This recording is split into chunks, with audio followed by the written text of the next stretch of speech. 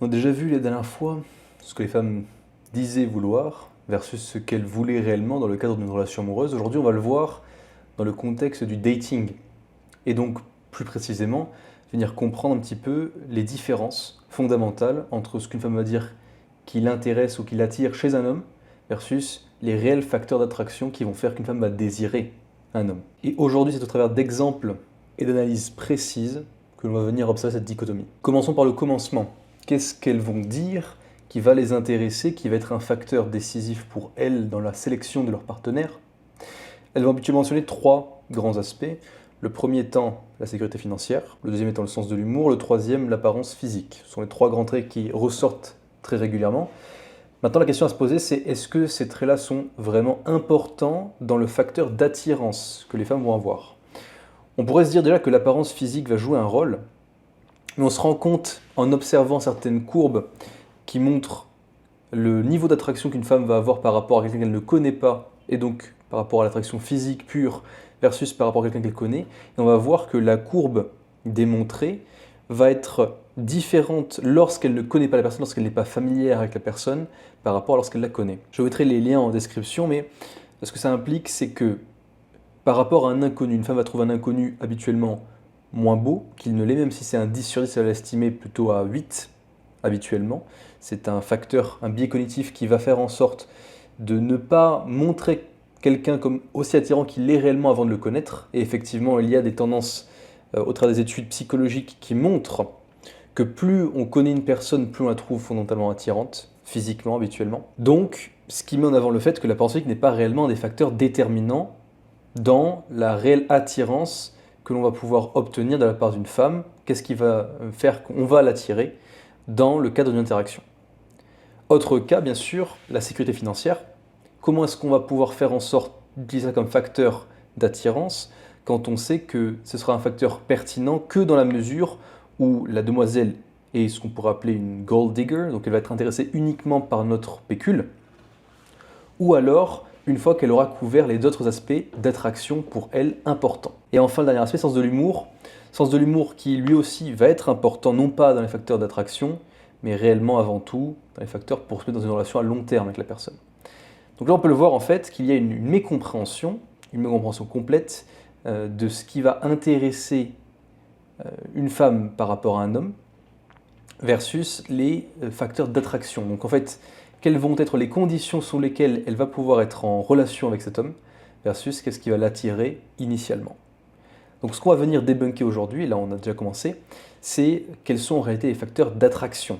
Parce que c'est sur ça qu'il va falloir travailler en premier lieu, à défaut de ne pas pouvoir en fait intéresser déjà de base la demoiselle et de ne pas pouvoir mener l'interaction plus loin pour mener donc à une potentielle relation amoureuse. Dans ce cas-là, quels sont les traits inconscients qui vont être observés par les femmes et qui vont déterminer si oui ou non elles sont attirées par nous? Et bien, vous allez voir qu'il y en a trois grands, et s'ils sont utilisés à bon escient ou travaillés, disons, en profondeur, vont pouvoir intriguer suffisamment les femmes pour les amener à se projeter dans toute forme de relation avec nous. La numéro 1, on en a déjà parlé régulièrement, on va continuer à en parler, c'est la confiance en soi. Et là, il ne s'agit même pas forcément d'une confiance en soi qui est réelle, mais même si elle est simplement prétendue, donc affirmée, alors à ce moment-là, elle sera suffisante pour intéresser la demoiselle et faire en sorte de l'amener à vouloir aller plus loin dans l'interaction. Et on l'a déjà vu la dernière fois, mais il y a des études qui ont bel et bien prouvé que un individu, un homme notamment, qui montrait, qui arborait une confiance en lui démesurée, donc au-delà de ce qui était réel, on pourrait même considérer comme de l'arrogance, avait une tendance à avoir plus d'opportunités intersexuelles, donc d'opportunités avec des femmes, que d'autres personnes qui arboraient un niveau de confiance qui était normal ou inférieur. Ce qui veut dire qu'effectivement, le facteur de la confiance en soi va jouer énormément, et encore plus, qui plus est, dans le cadre de relations qu'on pourrait considérer court terme. C'est-à-dire effectivement, quelqu'un qui va pouvoir arborer une confiance en soi qui va être démesurée dans le cadre d'une interaction en boîte de nuit ou en bar, va pouvoir faire une énorme différence et largement plus intéresser la demoiselle qu'un individu qui, lui, est plutôt humble, plutôt dans son coin. Ça, on pourra le remarquer. Maintenant, en dépendant de ça, effectivement, elle sera, quoi qu'il arrive, intéressante pour venir créer cette attraction, même pour du long terme. Deuxième point, ce qu'on va considérer de la présence émotionnelle En réalité, ça s'apparente à une seule chose, c'est faire en sorte de faire ou de rendre la demoiselle vulnérable, la faire s'ouvrir à nous, et montrer que l'on comprend réellement qui elle est, et tous ses traits de caractère, son passé, etc. Pour quelle raison? Parce que la majorité des individus sont encore une fois ce qu'on appelle self-absorbed, donc ont tendance à se replier sur eux-mêmes constamment et à dire de moi-je, moi-je, moi-je.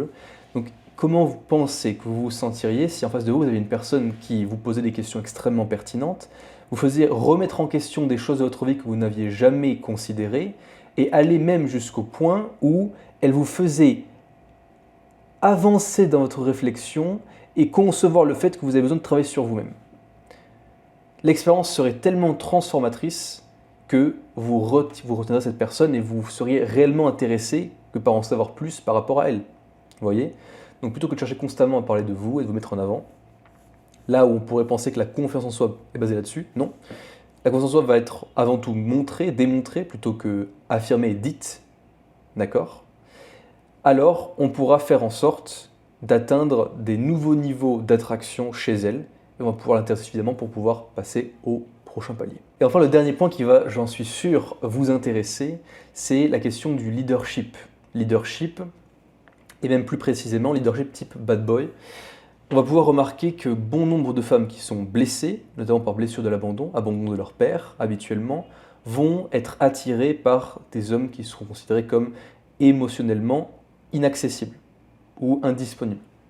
C'est-à-dire donc des hommes qui fondamentalement ne seront jamais en relation avec elles, ne voudront pas d'une relation, alors s'ils rentrent dans une relation avec elles, qui vont leur pourrir la vie, mais elles vont quand même aller vers eux. Pourquoi? Parce qu'il a ce qu'on pourrait considérer le leadership du bad boy.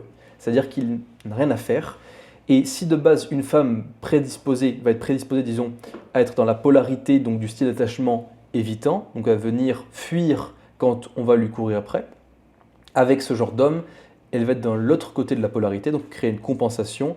Elle va courir après cet homme et donc changer de style d'attachement pour un style d'attachement qui va être plus anxieux, à essayer de l'obtenir à tout prix, parce qu'elle viendra compenser l'absence de la figure paternelle dans son foyer alors qu'elle était enfant.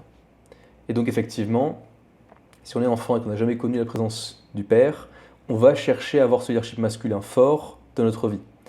Et c'est comme ça qu'on va tomber sur donc, des femmes qui vont être blessées et qui vont même, ça on peut voir beaucoup passer ce genre de contenu court format, qui vont même dire que un garçon qui est gentil, c'est un red flag. Red flag dans le sens, non, je préfère qu'il soit bad boy, etc. Ce qui est quand même assez fou.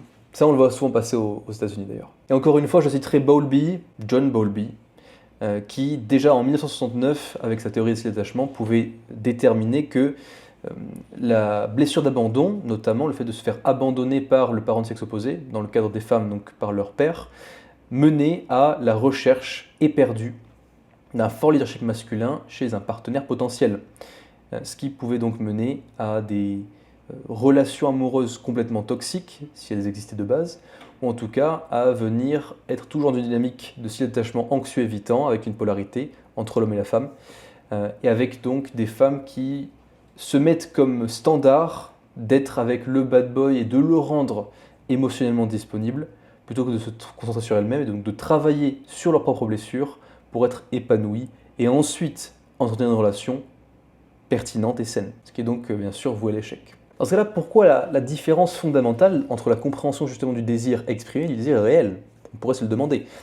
Effectivement, il faut savoir que le désir exprimé, au-delà du désir réel donc, le désir exprimé va être défini avant tout par des normes sociales et culturelles et des attentes. Attentes de l'environnement, entourage proche principalement. Là où les désirs réels seront bien pour le coup, bien plus en tout cas, définis par des besoins psychologiques fondamentaux, d'un côté, ainsi que des expériences passées qui auront créé des croyances et qui nous ont amenés donc à désirer cela. Vous voyez, donc c'est-à-dire que les désirs exprimés ne sont en rien synonymes des désirs réels, parce qu'ils vont être prétendus là où on aspire à quelque chose de différent. Et c'est pas pour autant que le désir réel est meilleur, en réalité, parce qu'encore une fois, on l'a vu, chercher le leadership d'un bad boy, en tout cas, c'est une démarche qui est effectuée dans le cadre d'une blessure de l'abandon habituellement. Donc, gardez ça en tête. Avant de passer aux conseils que je vous donnerai, en tout cas que j'ai pu appliquer moi-même pour pouvoir avoir de meilleurs résultats dans ma vie amoureuse notamment. Si ce contenu vous plaît, n'hésitez pas à le liker, à vous abonner à ma chaîne pour pouvoir en voir plus quand les vidéos sortent bien sûr. Et surtout si vous pensez que cette vidéo peut aider quelqu'un, apporter de la valeur à quelqu'un d'autre, amis, famille, partenaire, qui que ce soit, n'hésitez pas non plus à le partager. Encore une fois, le savoir c'est le pouvoir, partager du savoir c'est accorder plus de pouvoir à autrui. Autrement, si vous voulez encore en savoir plus sur le sujet des relations hommes-femmes, du dating, mais aussi la séduction, vous pouvez rejoindre mon canal Telegram dont le lien est en description, bien sûr, ou alors si vous avez un problème spécifique que vous souhaitez solutionner et avoir des conseils clés par rapport à votre propre vie, dans ce cas-là, vous pouvez directement booker un rendez-vous avec moi, encore une fois, lien dans la description. On est reparti. Le premier conseil, bien sûr, c'est quelque chose qu'on pourrait considérer comme basique, mais développer sa confiance en soi donc qui sera réelle et non prétendue. Au début, effectivement, si on veut faire en sorte d'avoir du succès, il s'agira de prétendre et donc de se créer un personnage, on l'a déjà vu plusieurs fois. Créer par exemple un personnage de type alter ego avec un autre nom qu'on va venir activer pour pouvoir se renforcer en termes de force, de capacité à agir dans des contextes sociaux, ça peut être vraiment une bonne idée. Autrement, pour venir développer sa confiance en soi réelle, habituellement, il s'agira de la développer dans un domaine d'activité et dans un seul. D'ailleurs, encore une fois, pas de multitask, on se concentre sur une seule chose, ce sera plus simple. Et faire en sorte de régulièrement, dans ce domaine-là, sortir de sa zone de confort et relever des challenges. Parce que c'est en faisant ça qu'on va pouvoir développer sa confiance en soi, principalement, et donc elle va pouvoir progressivement, entre guillemets, empiéter ou venir déteindre sur les autres aspects de notre vie. Alors que si de base on n'a pas un domaine précisément dans lequel on a confiance en soi, ce sera beaucoup plus compliqué, bien sûr, de le faire dans les autres domaines. Donc on commence toujours par un domaine. Par exemple, pour moi, c'était le domaine de la communication, où j'ai pu perfectionner un petit peu mon art, faire en sorte de communiquer de la meilleure manière possible, d'atteindre mes objectifs, et au-delà de ça, de venir me dépasser en prenant la parole devant du public, etc., etc. Deuxième aspect, au-delà de communiquer une forme de confiance en soi, il s'agira de venir comprendre notre personne, bien sûr, donc venir lire les signaux émotionnels, au-delà des signaux simples verbaux, venir comprendre un petit peu les tournures de phrases, le différent sens des mots, parce que chaque mot exprime une idée, fondamentalement. Les mots ont un sens, il faut faire attention à quel sens ils ont, pour venir comprendre ce qu'ils expriment. Et donc au-delà de ça, aussi venir comprendre le langage paraverbal, le langage non verbal. Et si vous réussissez à vraiment comprendre ça, vous pouvez faire fondamentalement comme moi, quand je vais à des dates, qu'est-ce que je vais faire? Je vais rentrer dans la tête de la demoiselle. Elle va dire quelque chose, je vais comprendre l'implicite en grande profondeur que je vais lui exprimer. Elle va complètement halluciner à l'idée simple que j'ai pu comprendre à un niveau fondamental, à un niveau complet, quelque chose qu'elle exprime de manière superficielle. C'est-à-dire même à un point où des fois, elle se demande comment c'est possible.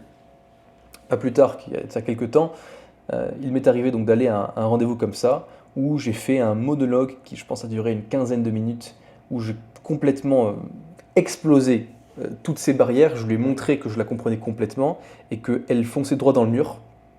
Et elle était tellement sous le choc après ça qu'elle ne pouvait pas parler. Elle ne pouvait même pas me regarder, elle avait du mal. Et donc tout simplement ce qu'elle a fait, c'était juste discuter brièvement de qu'est-ce qu'on fait maintenant. Je dis on marche. On a marché pendant 30 minutes, elle n'a pas dit un mot. Et au final, quand elle est rentrée, elle a commencé à me dire par message « Bon, je suis vraiment désolé de ne pas avoir pu parler plus que ça, pour la simple et bonne raison que j'étais complètement abasourdi par le fait que tu es complètement lu dans ma tête, tu as dit tout ce à quoi j'avais réfléchi mais que je n'avais pas pu verbaliser. Et en plus de ça, c'était choc pour moi comment tu me l'as dit, etc. Donc je suis vraiment désolé. Elle s'est excusée vraiment abondamment et elle a fait en sorte de supprimer TikTok, Instagram, Facebook après ça, dans le but de se reconcentrer sur elle-même. Comme quoi on peut avoir un impact. Troisième aspect qui va être lié un petit peu à ce que je viens de dire, c'est venir prendre un leadership affirmé et être décisif, c'est-à-dire ne pas avoir froid aux yeux, savoir agir et agir drastiquement par rapport à sa propre vie, et ça veut dire être capable de communiquer de manière directe, efficace, à des moments qui sont importants. Encore une fois, c'est notre responsabilité en tant qu'homme que de faire ces choses-là. Donc il faut la prendre et agir correctement. Parce que c'est en assumant ce genre de responsabilité que l'on vient montrer qu'on est bel et bien homme, masculin, encore une fois. Et du coup, pour aller plus en profondeur sur cette partie, donc désir exprimé versus désir réel, et comment est-ce qu'on peut vraiment aller jusqu'au bout des choses dans le cadre de nos interactions avec les femmes, ce que je vous recommanderais de faire encore une fois, c'est d'escalader progressivement la conversation, de passer d'un niveau de communication qui va être de 1 à 5. J'ai fait une vidéo à ce sujet d'ailleurs sur mon canal Telegram que vous pourrez aller consulter, avec le petit graphique qui montre justement les 5 niveaux de communication, 5 étant le niveau le plus élevé, le niveau de vulnérabilité, dans le but de se rendre le plus authentique possible et de faire en sorte de créer cette connexion forte et authentique avec la personne. Parce que c'est au travers d'une connexion authentique que l'on va créer avec la personne que l'on va pouvoir faire en sorte de le faire se projeter avec nous dans n'importe quel type de relation. Encore une fois, c'est logique. Pour qu'on puisse se projeter dans une relation, il faut avoir confiance en l'autre personne, et donc pour ça, il faut faire en sorte de se rendre vulnérable. Et de son côté, bien sûr, mais aussi du nôtre, parce qu'on n'est pas un psychologue. Quoi qu'il en soit, vous l'avez compris, pour faire en sorte de mieux naviguer les relations amoureuses, ou même sociales dans l'absolu, il sera extrêmement important que de différencier les désirs exprimés des désirs réels. Donc là, on peut comprendre qu'on ne peut pas se fier en fait à ce qui est verbalisé par les individus, et principalement dans le cadre des individus à l'énergie prédominante féminine, donc on va dire des femmes.